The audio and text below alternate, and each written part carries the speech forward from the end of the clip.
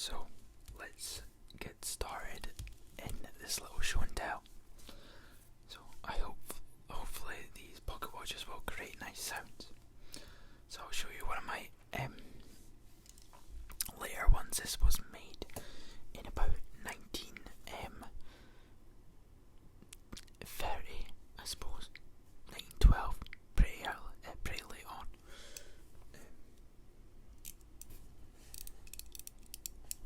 I'll wind it up for you guys.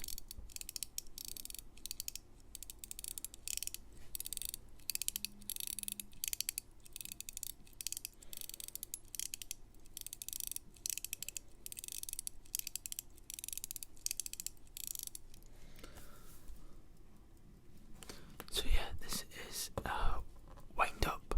It has keyless works inside, meaning you do not need a key to wind it up. Let's just listen and take away.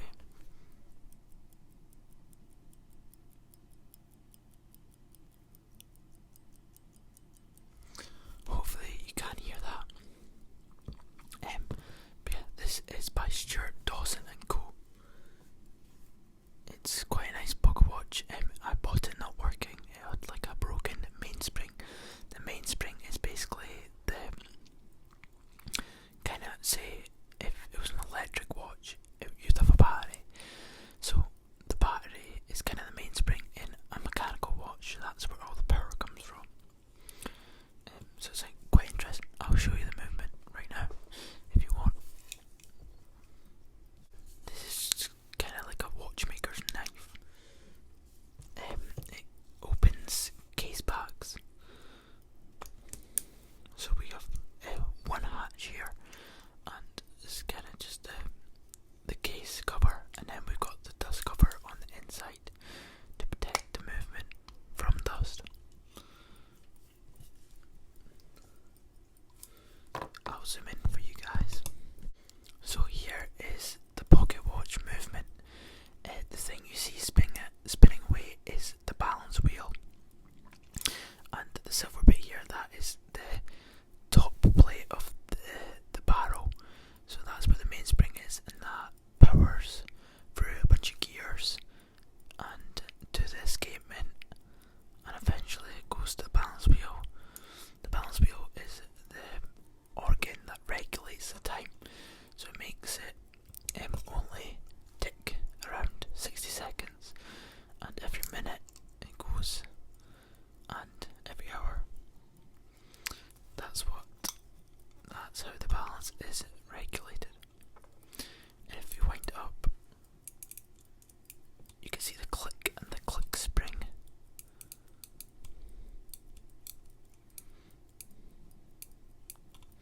So yeah,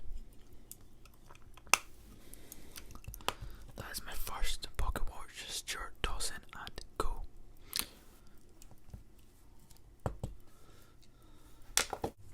Okay, let's look at my second one. Let's look at a bit of a later one. So I've been working on this recently, and I still have not found a glass that fits, so it's kind of just self-taped on. This is what I do to kind of fit it on, protect it from thingy. But this is a John Jones 242 Scotland Road, Liverpool. This is made by John Jones. I believe this is from the 1890s, so quite an old timepiece here. And this one's a bit different from the other one, as it does not have a winder, meaning you have to wind it by key. And to do that, there's normally a button on the top, but it's missing, so I'll need to fix it. But you take the cover off. And if I show you here, if you see there are some markings on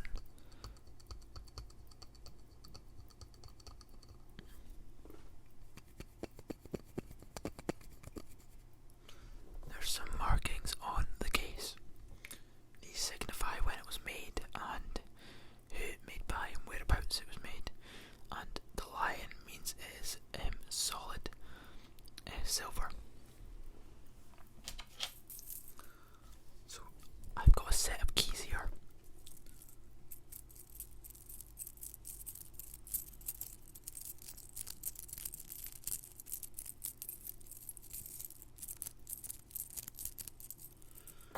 That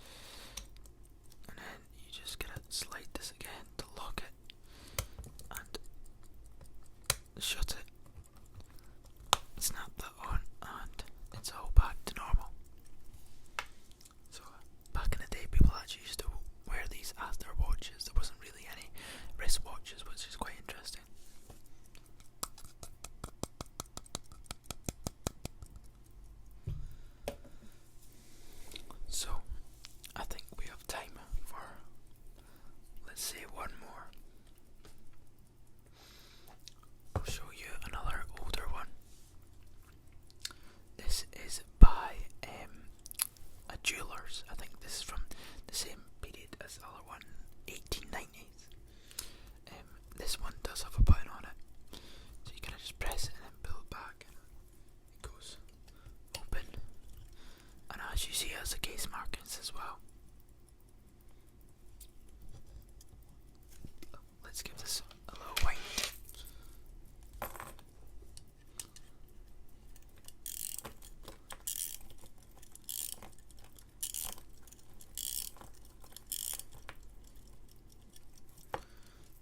This one doesn't really have a massive mainspring because I believe I should replace it, but I haven't got around to that. This one does have a second hand, as you see.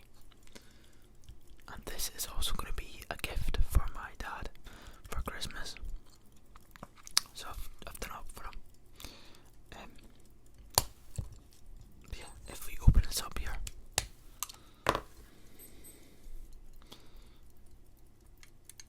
this is being at a slower rate. I'm not sure why. It might be something to do with the movement, or it just beats at a slower rate.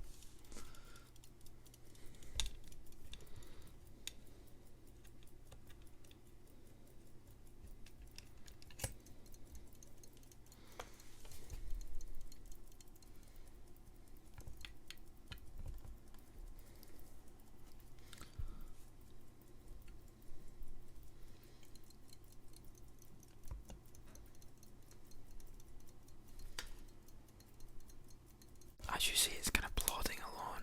There might be something wrong with it. It might need a little bit of a tinkering with. I am going to give this to my dad, so I'm a bit worried, but it seems to be going well.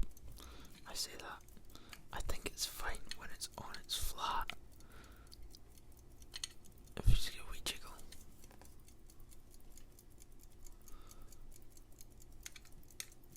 Yeah, it might just need the dust cover on. I'm not too sure. To service these pocket watches, you kind of just take them apart, clean them down, and put them back together with oil. Oil the parts, oil the jewels, if they have any, oil the gears, mechanisms, to make sure they're running nice and smoothly.